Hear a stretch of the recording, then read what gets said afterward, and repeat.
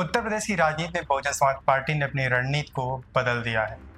Baspa supremo Mayawati, जिन्होंने हमेशा अपने दलित आधार को मजबूत बनाया, अब वही पिछड़ा वर्ग और मुस्लिम वर्ग को भी जोड़ने की कोशिश कर रही है।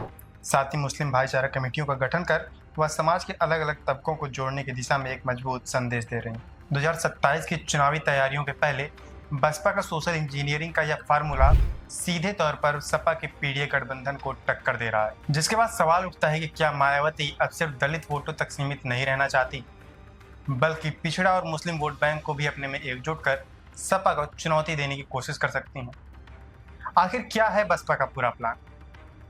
क्यों मायावती अखिलेश यादव के पीडीए गठबंधन को लगातार चुनौती दे रहे हैं? आइए इस वीडियो में जानते हैं इस पूरे सियासी खेल की कहानी। उत्तर प्रदेश की राजनीति में बसपा प्रमुख मायावती एक बार फिर सक्रिय हो गई हैं। एक महीने के अंदर चौथी बड़ी बैठक बुलाई है और इस बार यह बैठक 1 नवंबर को लखनऊ में पिछड़ों के लिए आयोजित की जा रही है। खास बात यह है कि यह बैठक हर महीने 11 तारीख को होती थी, लेकिन इस बार तारीख में बदलाव किया गया और बैठक की सूचना सीधे मायावती के कार्यालय से दी गई। पार्टी सूत्रों की माने तो बसपा ने अब दलितों के बाद पिछड़ों पर अपनी नजरें गहरा दी है और साथ ही मुस्लिम भाईचारा कमेटियों का गठन भी कर दिया है।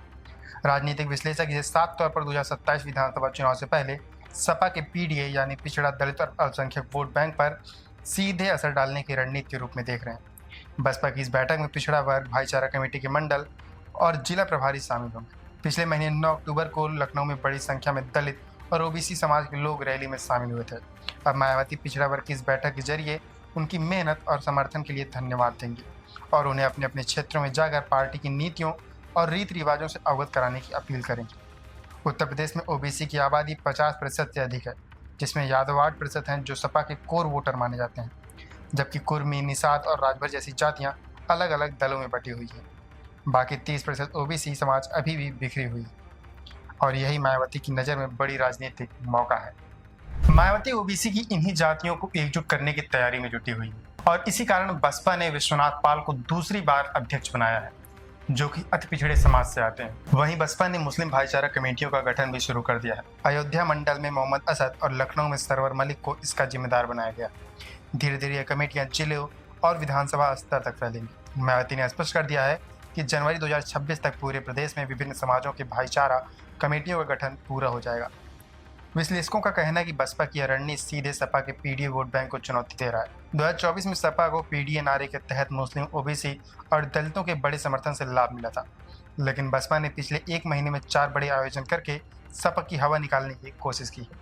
9 अक्टूबर को दलित वोटरों को साधा गया, 16 और 19 अक्टूबर को यूपी, उत्तराखंड और राष्ट्रीय कार्यकारिणी की बैठक हुई और अब 1 नवंबर को पिछड़ा वर्ग और मुस्लिम वोटरों को टारगेट कर सपा को पीछे खींचने की तैयारी है। हालांकि सपा के लिए स्थिति नए तनाव की शुरुआत है।